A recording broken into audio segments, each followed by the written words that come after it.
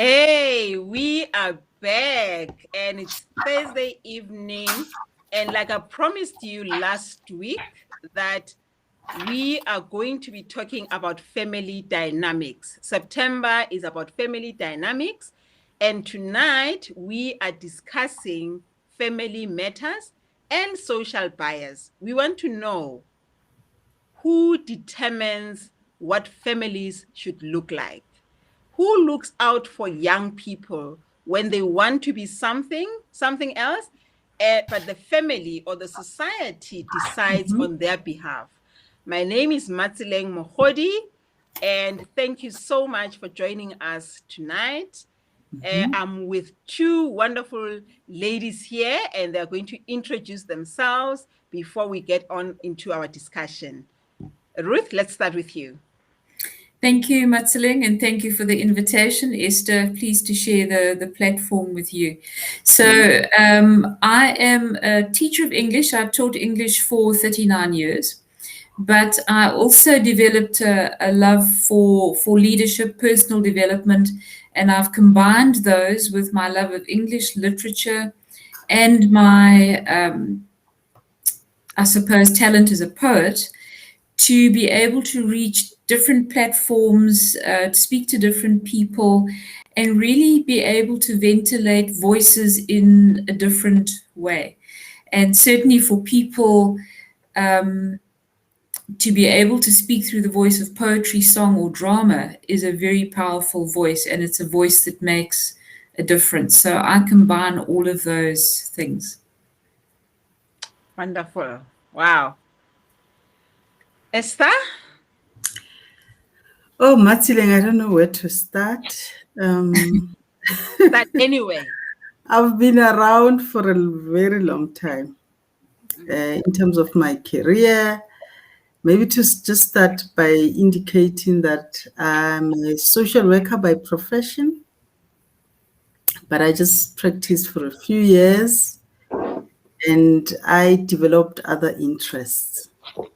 And I took the human rights trajectory. And that's what led me to where I am. But to cut the long story short, I'm a public servant. I work in the Department of Women, Youth, and Persons with Disabilities. But what also got me here is the fact that I'm a gender activist, and I feel very passionate about the rights of everyone, but in particular women. And my bias is towards the most vulnerable. As you well know, our department is a department not only of women, its mandate has expanded to include youth and persons with disabilities. So that's me, that's where I am. But I've worked in many organizations, but just in a nutshell, I've been in the private sector before. During my earlier career, I moved into the civil society sector, but I also now work for a number of years in the public service. And that's where I am. So I've struggled a number of sectors. You've been everywhere. You've done it all. That's why I say, we'll talk the whole day if I start telling you about. So ladies, tonight's talk is more around, how, I always say it. I'm sure people will start getting bored about me saying I love young people, and I just feel that there is so much that we can prevent them from going through by just sharing information, by just talking about things, by just helping them to communicate with their parents. Because I think a lot of problems emanate from having families that are biased due to what society expects. So tonight, I want us to just discuss, what determines how a family should look like. who determines the rules? Who says this family must be this or that? Is it culture? Where does it come from? And are we allowed to change? Are we allowed to adapt? Because by not adapting, we are experiencing a lot of problems in our families. And also, I think I want us to also touch on, when people are different, they suffer the most. And it becomes even worse if the family itself is not accepting of their young ones, whether it's about career or about sexuality or about whatever the young person would want to choose. So I want us to just talk about where does it come from and what can we do to change that.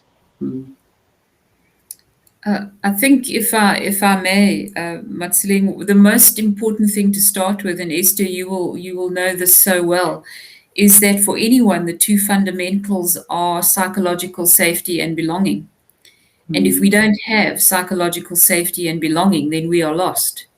So if you are a child growing up in a family where you are rejected by the very unit that should be protecting you, then it's a very, very tough place to be. And you will do anything to find that belonging.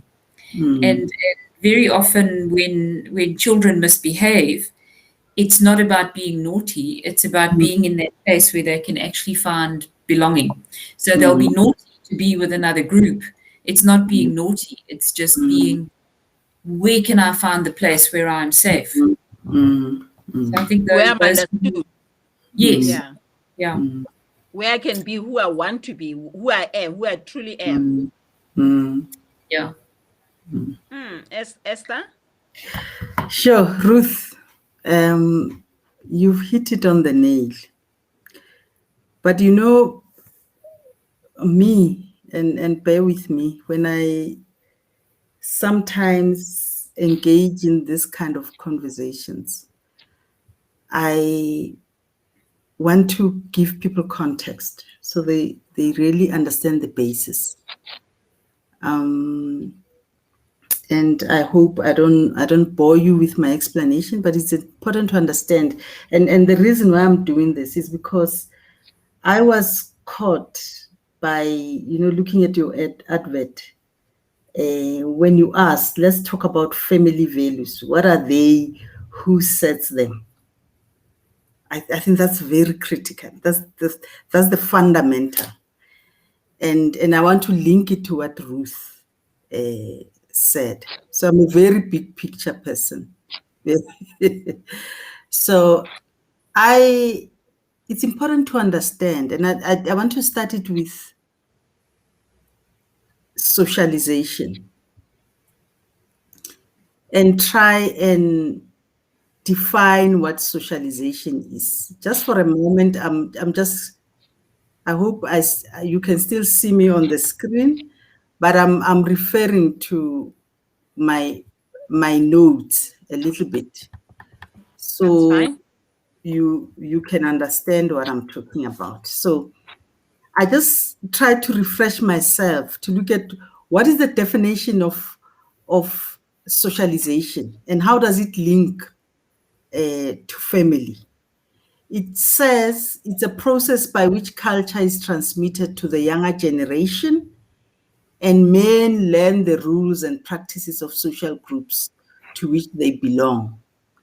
The term socialization refers to the process of interaction through which the growing individual learns the habits, attitudes, values, and beliefs of a social group into which he or she is born.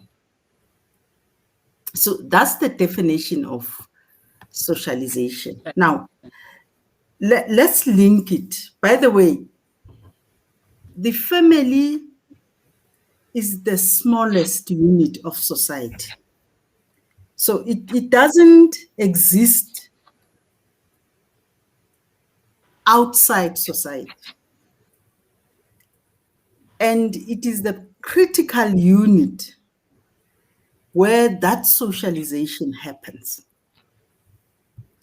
Now the question, coming to your question, who sets the values and norms of family? I think it's family itself.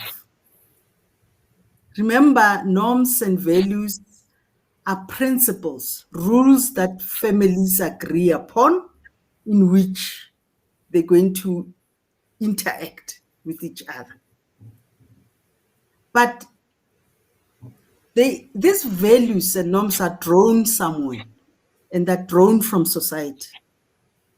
And there are various institutions of society that sets those principles, societal principles and rules.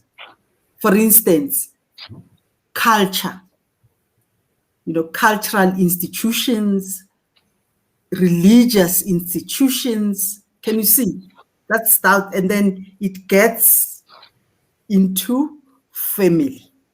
And that's where families choose which values are most important to them, which principles, and the most common ones that most of us adhere to.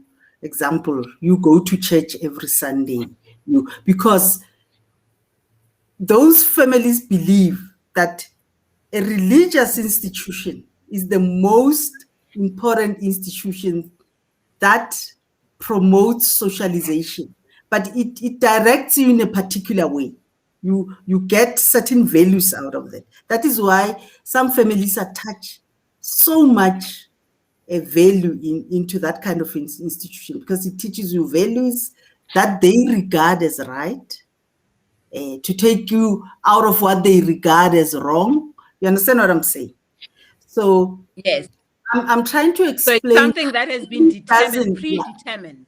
Yes, it doesn't exist on its own.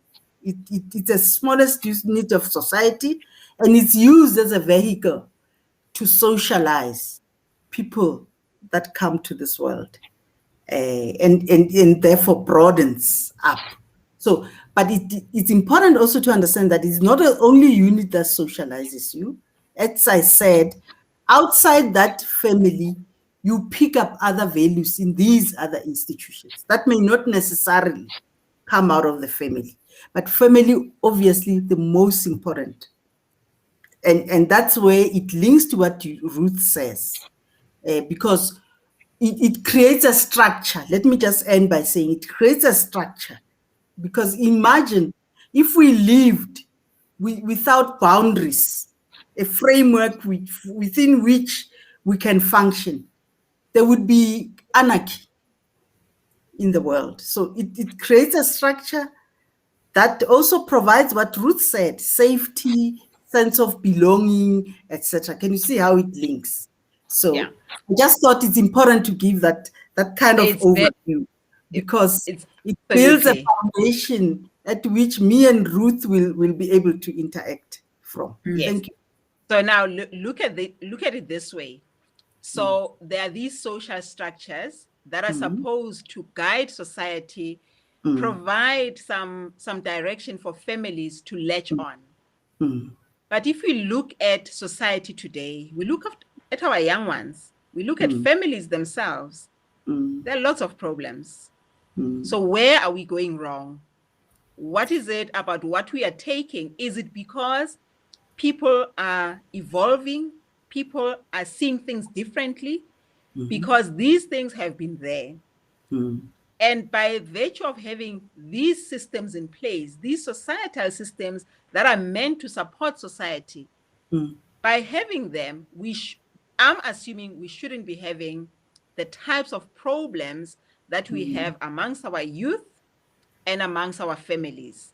So where is it going wrong? Why is it so difficult for families or for young people to step out and find what they think is truth that can help them to rebuild? Why can we not start to rebuild from somewhere? Why is it so difficult? May I, because there's just the most wonderful analogy, I think, that speaks to this. And Esther, I love your use of the word regard in terms of values, because we can't assume that values are good. Principles are good, but values are changeable. And what families adopt as values may not necessarily be particularly good. You know, They may have the value of having a wonderful car, and others may have the value of wanting to go to church. So it's that regard that you are talking about that is absolutely correct.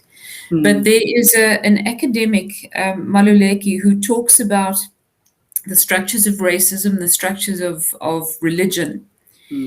And he talks about the house that has been built.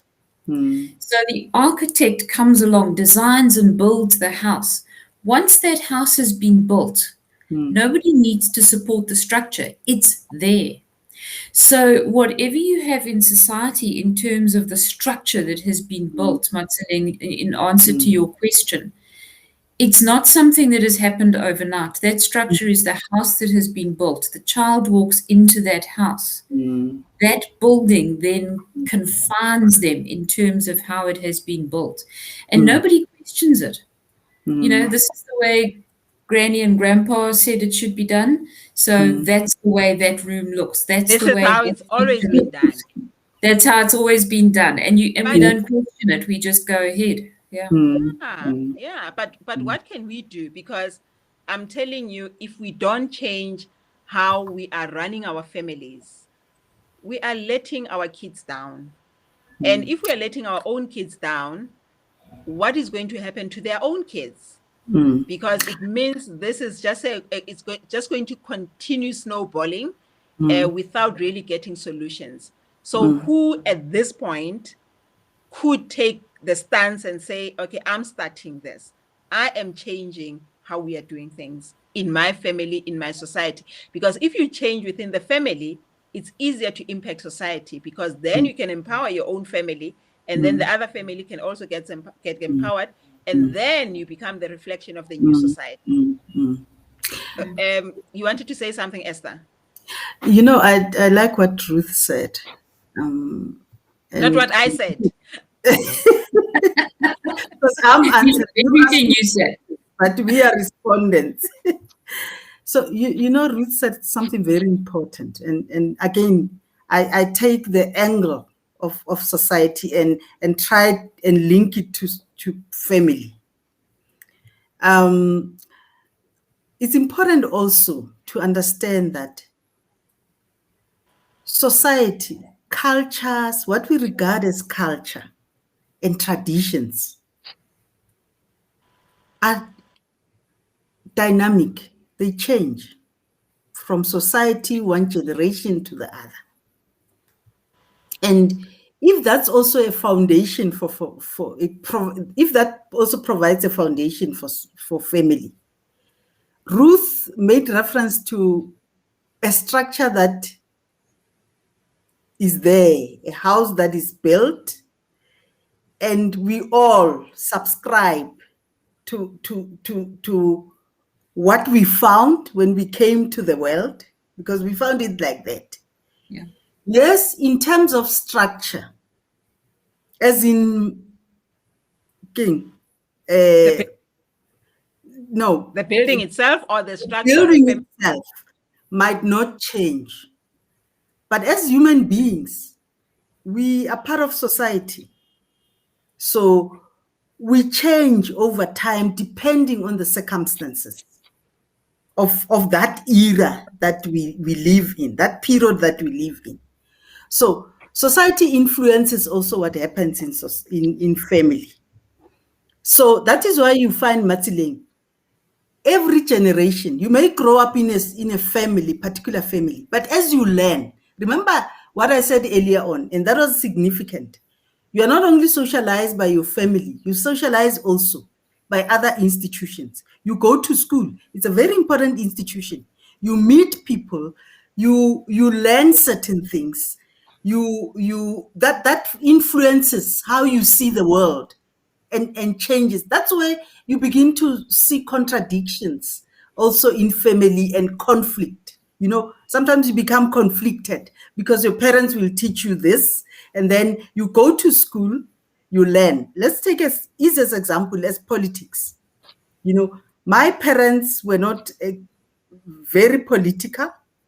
I go to university, I learn sociology, I learn politics, and I begin to see a world in a different way. and I'm told this is the right way to go. I learn human rights, what they mean, etc. So that is why often we become very conflicted, because then you come back home and you hear your parents consistently saying this, that Ruth was saying, that these rules shouldn't change. That's what should govern this household. But you start to question even those rules. Do you understand what I'm saying? Mm. And it happens with every generation, and it's natural. Yeah. So that's why we have children, we have teenagers, we have adults. We go through phases in life, because as you grow to be an adult, you learn to be independent, to make your own decisions, to choose what is most valuable for you, what is not valuable for you. And sometimes that conflicts with what the family rules and principles are. And I think that's where the problem is. And Ruth said something very important. There are things that, I don't know how to put this, to say not every value and principle is wrong or negative, but not everyone is right. It depends where you are sitting. So we are free beings. We're free to choose. But And we're free to choose, but are we really free? Are we really free? Because we are free to choose, but we choose to be free. You know, Mutseling, again, another one of the wonderful things about coaching is learning from the people with whom I work. And one of those people is a wonderful writer who deals with early childhood development called Helen Lumge. And she has, in fact, written a book on early childhood development and telling stories and how important that is. And I had a conversation with her, and this was just so profound. And I hope that you will find this profound, because it changed the way I thought about children and about stories. And she said this: think about a simple story like Humpty Dumpty. Right? Humpty Dumpty sat on a wall. Humpty Dumpty had a great fall. Now, did Humpty Dumpty fall? Or was he pushed? Or did he jump? Humpty Dumpty never has a voice in the story. And very often, children do not have a voice in their own stories. That voice is erased. So where you want to make change, by the time a child gets to an adult, we know that there are about 5 psychological hits that will have happened in that life. They are dealing with so many story threads of who they are and who they aren't, and whether they have a voice or don't have a voice by the time they get to an age where they can express it, that a lot of that has been diluted. And if I can give just one remedy to that was really lacking in my childhood, growing up in South Africa in a very repressed and repressive society, as we all know. But as a young gay girl, I had no idea what was wrong with me, because there were no role models. There was no vocabulary for me. So until we give children the vocabulary to use around their own experience, how can they stand up for their own values or what they think or who they are? I didn't know who I was or what I was until I was 28. I love what you said about children not having a voice. Yeah. They continue to adapt to what the family expects them to become, but they don't have a voice, yet they have the freedom to be who they are. So how do we bridge that divide, that gap, where we can encourage parents? Because I will always take it back to parents, because if parents are open enough, then the child can find their own voice and not have to go through what you just mentioned, with all those psychological issues by the time they are at a certain age. And they can be able to know that there's nothing wrong with them. They're just who they are. There's nothing wrong with them. How do we help parents to understand that their children are fine exactly as they are? Because when they try to support what society expects of them, then that has a great impact on young people. So I just wanted also to just ask one thing. There's if you look at young people today, there's a lot of anxiety and depression. I'm sure it was there during our times when we were growing up. I don't know, I'm not sure. But when we look at how serious it is today, would we say it's because of not having enough support within the home, from the immediate family? Or is it pressure because they can't fit in on the outside? Would we say it's societal bias and pressure, or is it something because they really can't be themselves within the family and that makes them to sort of go in? Esther, do you want to? These are it's a very complex conversation. And maybe to answer directly to your question, we are always advised as families to be more open, to allow children to have a voice. But again, I keep on trying to make you understand, and I'm not justifying anything, by the way. I'm just trying to help us understand why perhaps families, individuals as part of families behave the way we do. I think, at least for our generation, we've lived in very close societies, what we call conservative. And there are things that we are taught that should not be spoken about. And Ruth put it very well. We grow up in families, in society that says children are to be seen but not heard.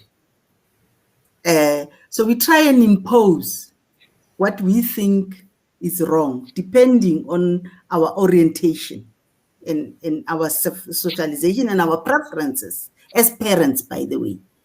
But often we do it,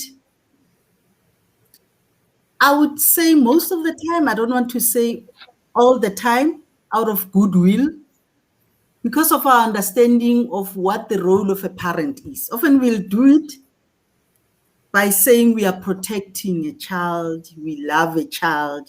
There's a lot of justification to why we imposing certain things on our own children. But I think parents and families must learn more and more to be more flexible, to understand that their truth is not always all the truth or the whole truth, and that situations change and should be more open to accommodating what is happening with their children. I mean, the worst thing that you can do as a parent is to close a door and not want to engage and understand your children and understand what they're going through on a daily basis, how they feel. It's very important to touch base. And I think when you create that space, you're opening it for engagement. And I must say, Matsileng, it becomes very difficult, even for parents. Let's, for a change, put ourselves in the shoes of parents also. When the only truth is what you've learned also from your parents, they only learned it from their own parents, etc. And to change those views, it is the most challenging thing you can have. I think. But Esther, let me challenge you with this. When you know that this is what you've learned from your own parents, but you can see that it's not working, would you still continue doing it simply because it's been done?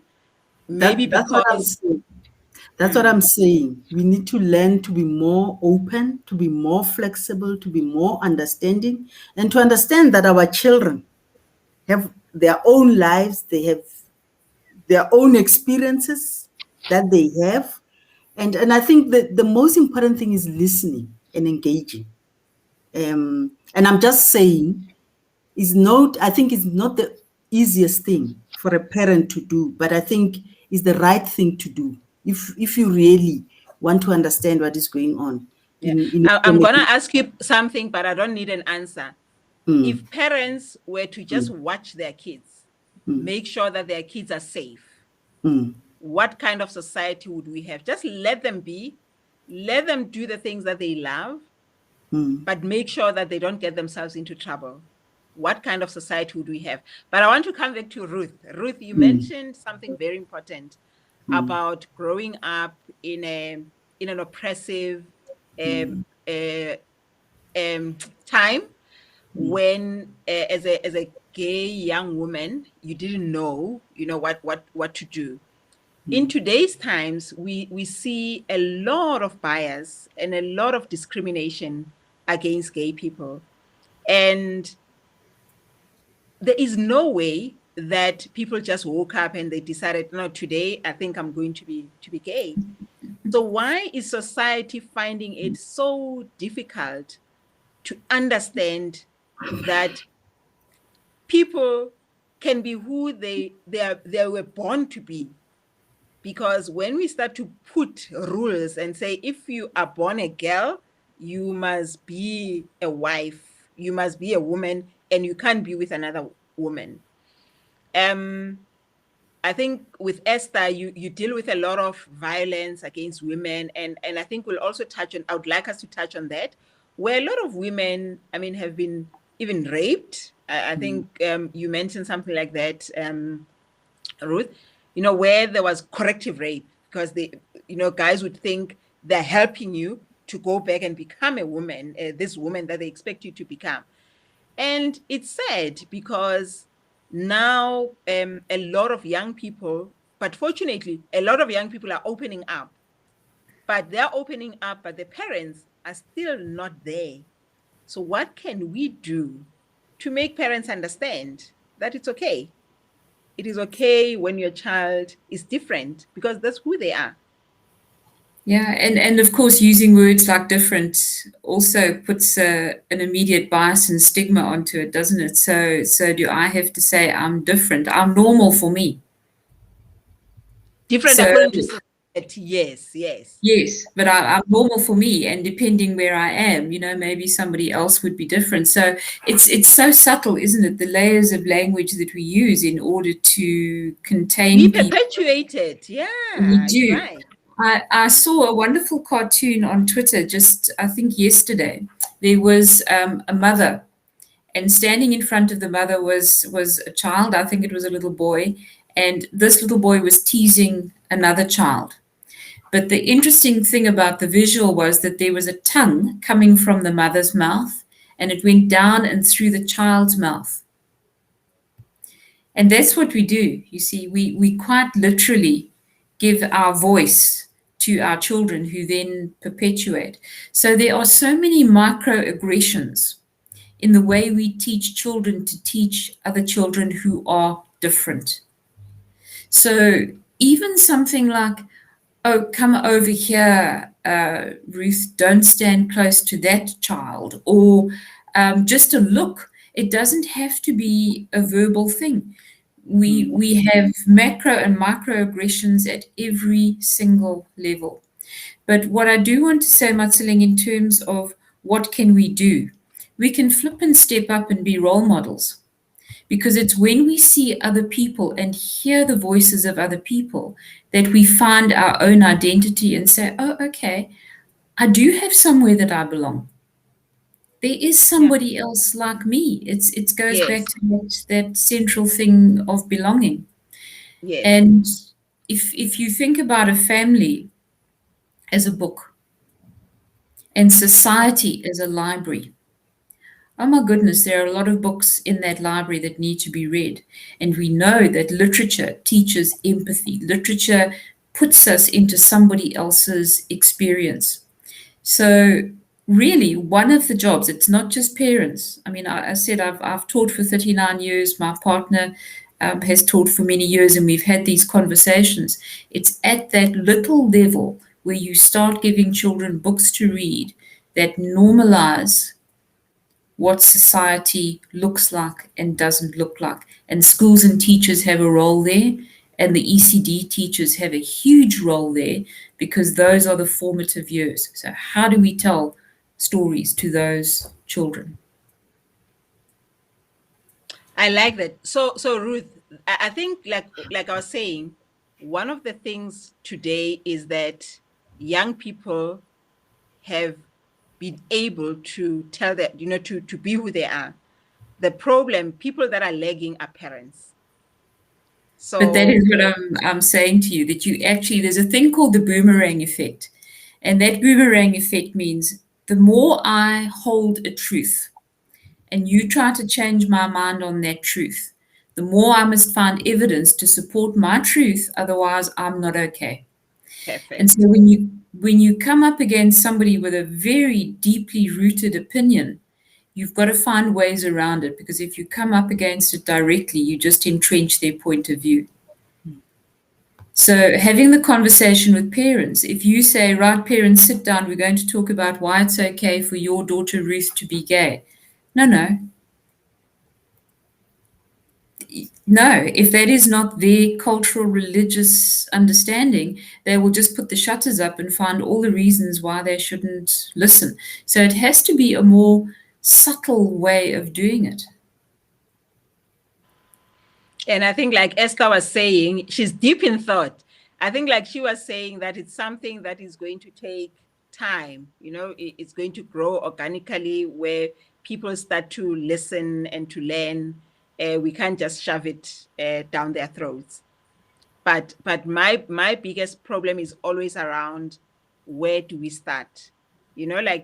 Especially around with parents, that I always worry about, where do we start?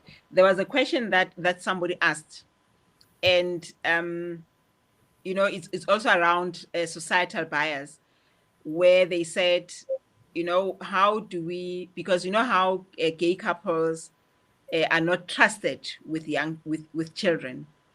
So, but who's to say they don't have the ability to do that, because they're parents to those children? And I think it also feeds to the violence that gets perpetuated against families that choose to do things in their own way. So, Esther, maybe from your side, have you? I'm sure you've witnessed quite a lot of those kinds of things, where gay couples are assumed to not be good parents simply because they are same-sex couples.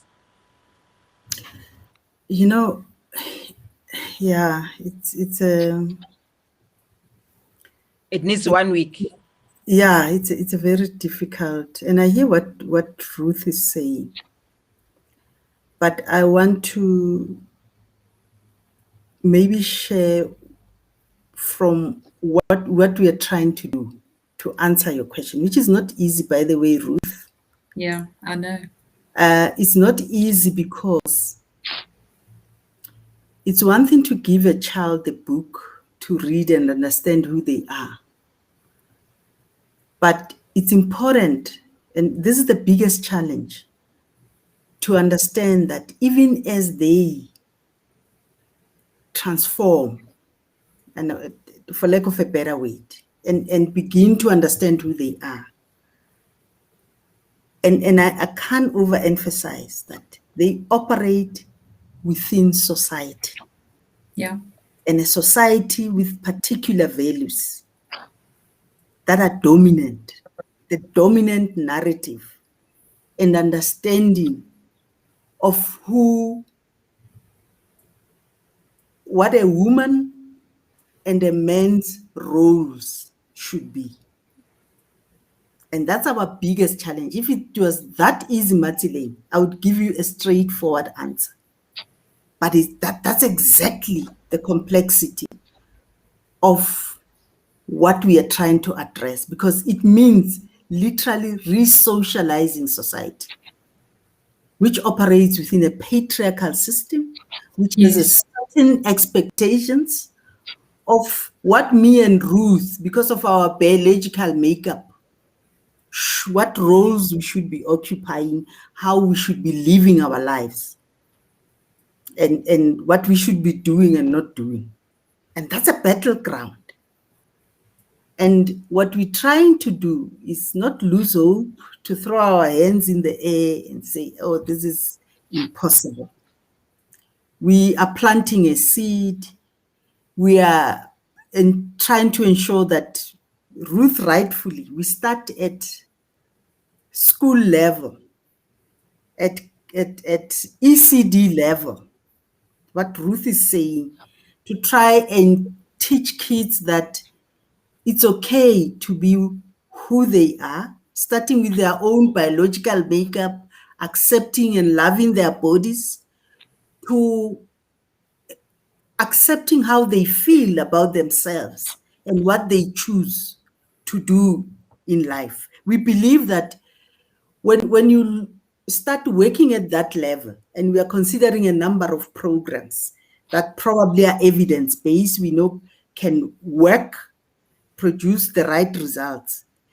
We think we can make a reasonable impact compared to changing me and you at our age. We don't want to, it's very difficult to change people's attitudes and behavior that they've carried throughout half their years. Yeah, but there's a comment here to exactly what you're saying. Who is this? It's Chanel. She says, sometimes in a family, religion divides more than what it brings family together, because children are afraid to express themselves openly and authentically.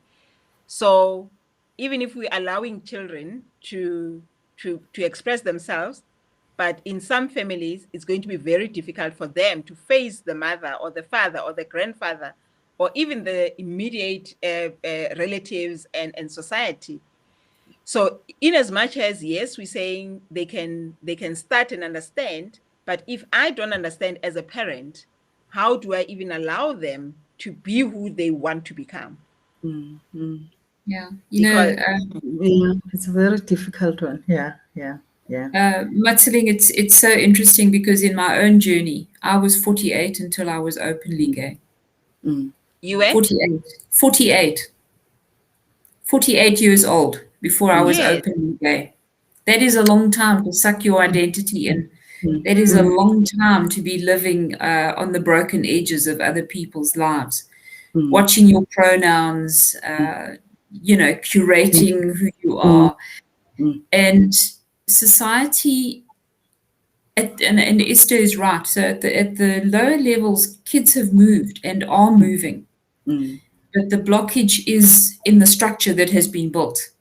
So the kids are outside building a new garden, but the structure is still there, and they still have to come back into that structure. And I finished over the weekend doing some prelim marking for a school. There were 194 essays that I marked. And can I tell you, Esther, you would have wept. And I actually feel traumatized by the sadness and the sorrow in so many of those young hearts, because they cannot be who they are. And here they are on a page telling a complete stranger, this is who I am. Who will hear me? Who will have the ears and the heart to hear me? That's and exactly they were talking about abuse. They were talking about being gay and not being accepted. They were talking about being bullied. They were talking about not being part of their families. This is the reality of where our children are. We don't hold them safely. I think you said that earlier, Matseling. We don't hold them safely. We don't provide safe spaces for them. So that is why, and I understand what Esther is saying about it being difficult to change. I mean, it's so difficult to change. Yeah. It's so difficult. And the question for me, Matseling, sorry to interject, is do parents even know better? I mean,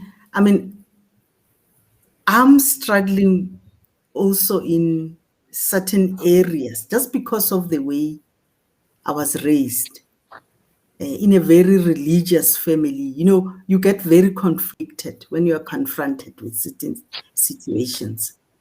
And I look at my two daughters, and my mom who's 85, and how sometimes she is just so baffled by how my kids, you can see the huge generation gap. So one of the things that we encourage in our work, it's having what we call generational dialogues.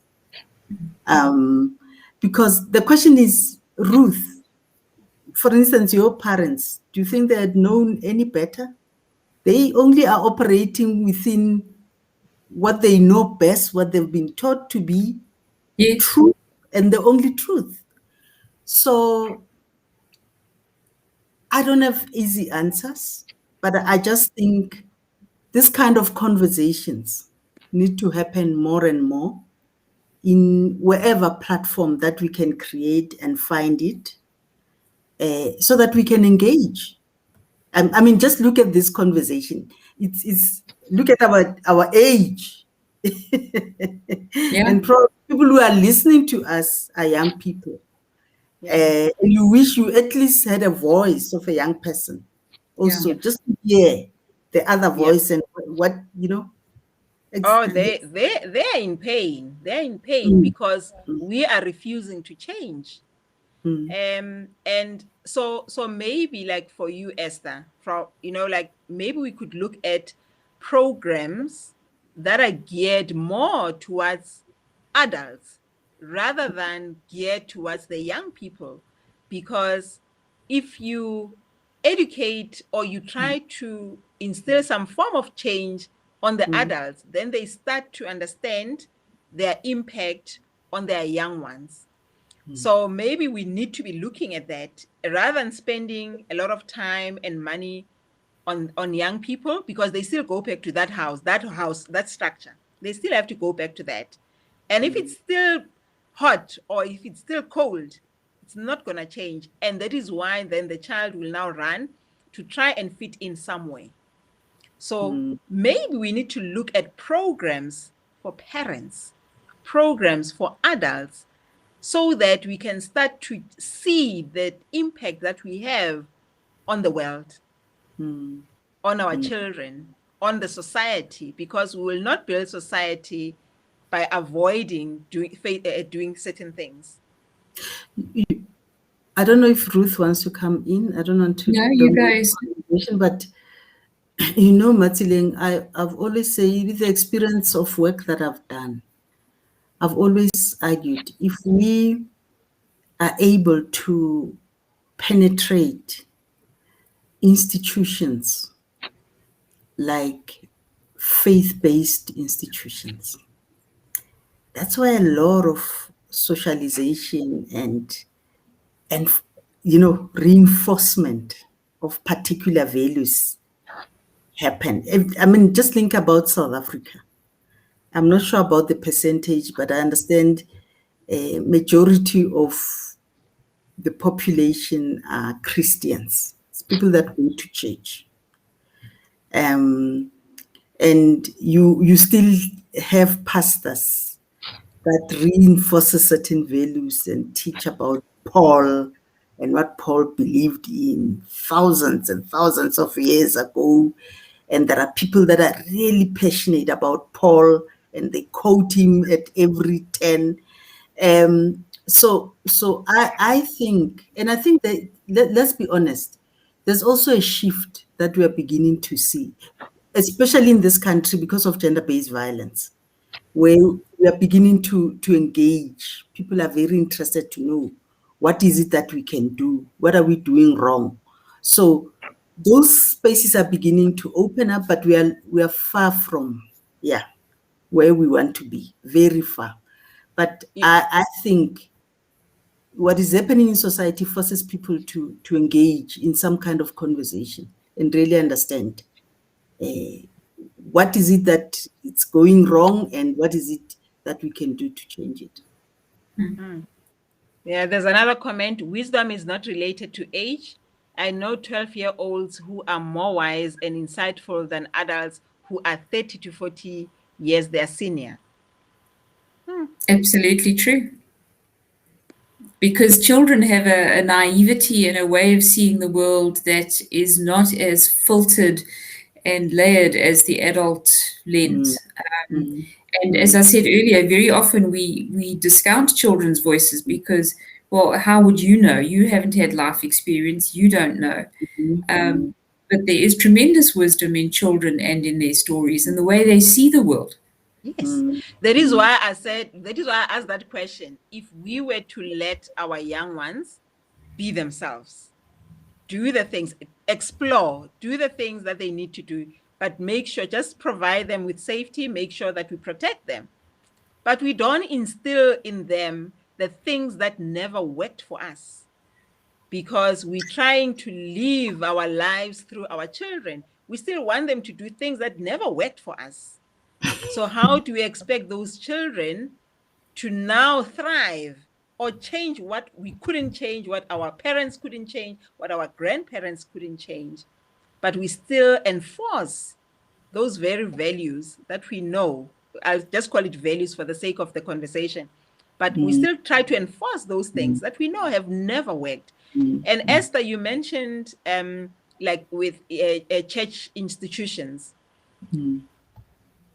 And there's obviously a lot that could be done to help society through that. And it means, I don't want us to even get into religion right now, but we know that there is so much that is happening there, because you look at society. Society is a reflection of all these institutions. We look at education as well. It's an institution. So all of these institutions are impacting on the world today. And is it what we want? Is it what we want to see? Or is there something else that we really need to wake up and say, enough is enough? We have brains. We've been given brains to think. The world is evolving. So are we choosing to not see the evolution because we've been given brains to think and to be logical? And if we refuse to use that, whose fault is it? Are we still going to say it's society? Are we still going to say, who are we blaming?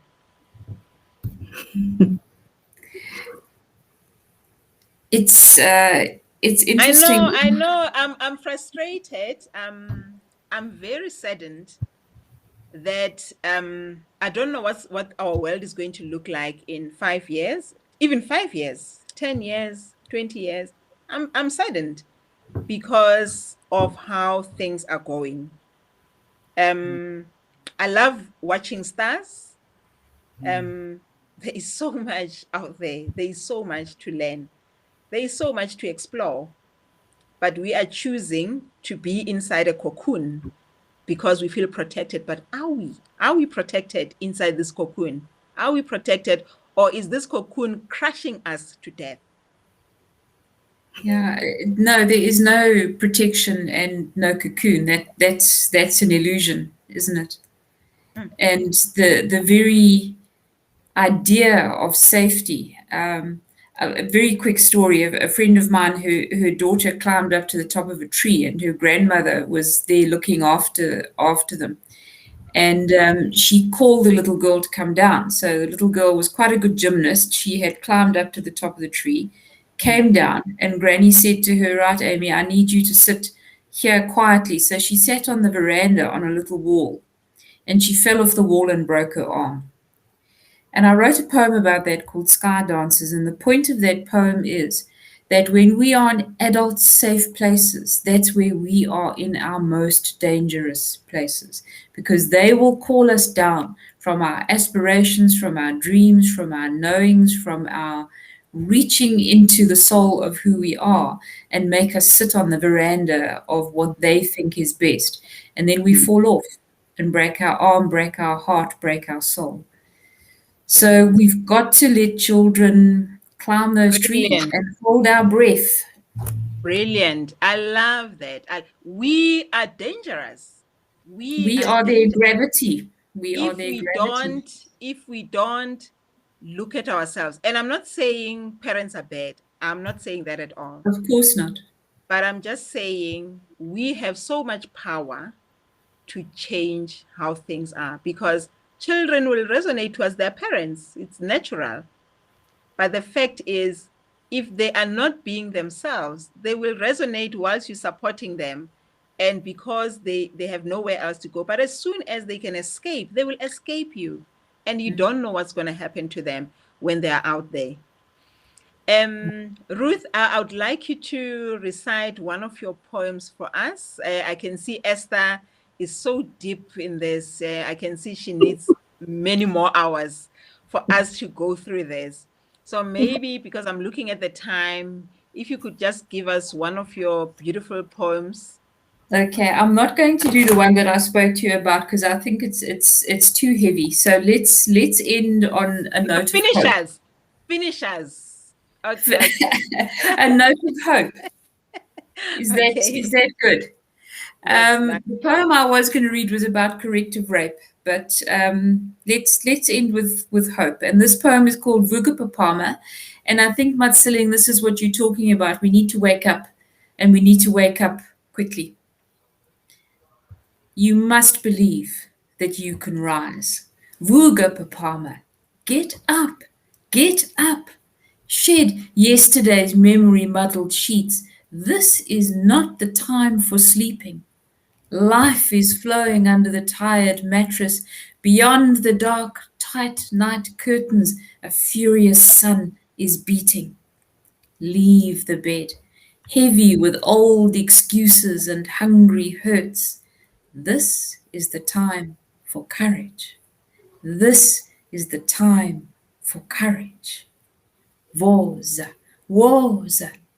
Grass is springing up between the floorboards. The fearful house is flooding away. You know that you must rise. Vugapapama, get up. It is time.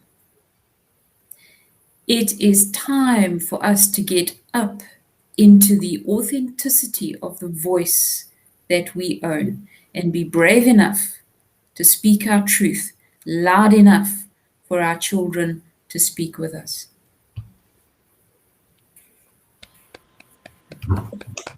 That's so beautiful. Thank you. That's so profound. Thank you. Esther, yeah, oh, wow. It speaks to exactly what can help a lot of young people to believe in themselves and to know that this is the time. This is the time. To trust in their own abilities, that they are good. Because, no child is born dumb. No child is born stupid. No child is born arrogant. They learn to be that because of the experiences. So if they vuga, they papama, and they know that the world awaits them, who else can ask for more? Thank you, Ruth. My pleasure. Thank you. Interesting conversation. Thanks, Ruth. That's a powerful and positive poem to leave this conversation. Yes. Thank you, and thank you for the amazing work that you do in such a difficult space. Yeah, it is. Thank you, and thank you for your work too. And let's keep the hope. And thank you so much for bringing a lot of wisdom, a lot of stories, a lot of stuff that people can look at and think about and see what they can take away from this. We will not change the whole world, but if we can impact just one person, one child, one life, that's all that we can really do. So thank you so much for tonight and for this discussion. I think thanks for creating the platform. We need a glass of we need a glass of water.